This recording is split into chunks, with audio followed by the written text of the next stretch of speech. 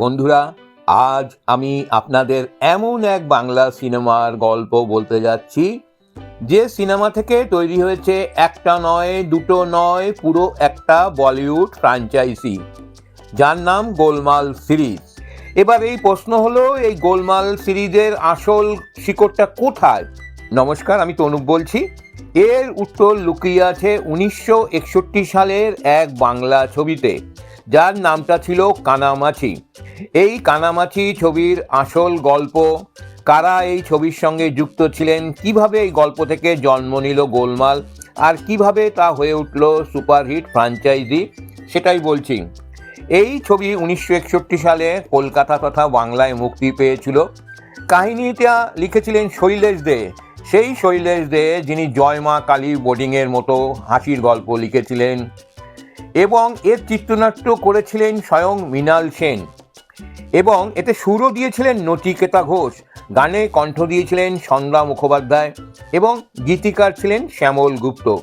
ক্যামেরায় তো ছিলেন দীনেন গুপ্ত, আর অভিনয় কারা ছিলেন দেখুন: সাবিত্রী চ্যাটার্জি, ভানু বন্দ্যোপাধ্যায়, অনুপ কুমার, পাহাড়ি সান্যাল, সুনন্দা দেবী। এটি ছিল একটি সাংঘাতিক হাসির ছবি। এই কমেডি ছবিটাতে ভুল বোঝাবুঝির একটা গল্প ছিল, যেখানে চরিত্ররা নিজেদের পরিচয় লুকিয়ে এক জটিল পরিস্থিতিতে জড়িয়ে পড়ে, এবং সেখান থেকেই জন্ম নেয় অদ্ভুত এক হাস্যরস। এই ছবির গল্পটা এতটাই শক্তিশালী ছিল যে পরে বম্বের বিখ্যাত বাঙালি পরিচালক ঋষিকেশ মুখার্জি এই কাহিনীকে নিয়ে একটি হিন্দি ছবি বানান, যার নাম দেন গোলমাল। এই গোলমাল ছবিটি মুক্তি পাওয়ার পরে অসাধারণভাবে হিট হয়, এবং এই গোলমাল ছবিটিতে অসাধারণ সুর দিয়েছিলেন রাহুল দেব বর্মন। এই ছবির প্রতিটি গান হিট হয়েছিল, এবং ছবিটিতে উৎপল দত্ত, অমল পালেকার, বিন্দিয়া গোস্বামী এরা অসাধারণ অভিনয় করেছিলেন। সাথে ছিলেন ওম প্রকাশ, কেষ্ট মুখার্জি। ছবিটি এত দুরন্ত হাসির ছবি হয়েছিল যে অনেক হিন্দি ছবি এর সাথে পাল্লা দিতে পারতো না। গানগুলো তো অসাধারণ সুর দিয়েছিলেন রাহুল দেব বর্মন, গানগুলো সব সুপারহিট হয়েছিল। পরবর্তীকালে এই গোলমালটি একটি ফ্র্যাঞ্চাইজি ইউনিভার্সের মধ্যে পড়ে গেল। এই গোলমাল ফ্র্যাঞ্চাইজির সাফল্যকে নিয়ে পরবর্তীকালে আরও কতগুলো ছবি হলো, সেগুলোর নাম আপনাদের আমি বলছি: গোলমাল আনলিমিটেড, গোলমাল রিটার্নস, গোলমাল 3, গোলমাল এগেইন, এবং ভবিষ্যতে আরেকটি ছবি আসছে গোলমাল 5।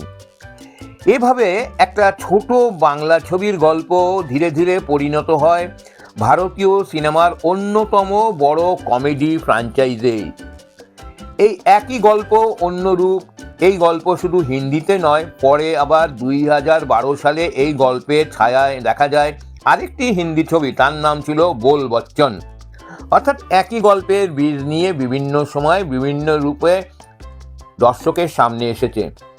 কেন এই গল্প এত জনপ্রিয় প্রশ্ন উঠতে পারে। কারণ ভুল পরিচয়ের কমেডি, সামাজিক ভদ্রতার মুখোশ, সত্য লুকোনোর হাস্যকর প্রয়াস, সম্পর্কের দ্বন্দ্ব, এই উপাদানগুলি সব যুগেই দর্শককে হাসিয়েছে।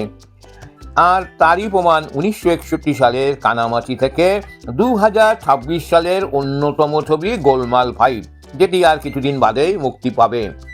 অর্থাৎ প্রায় 65 বছরের যাত্রা। এরকম যাত্রা কি অন্য কোনো বাংলা ছবি নিয়ে হিন্দিতে হয়েছে?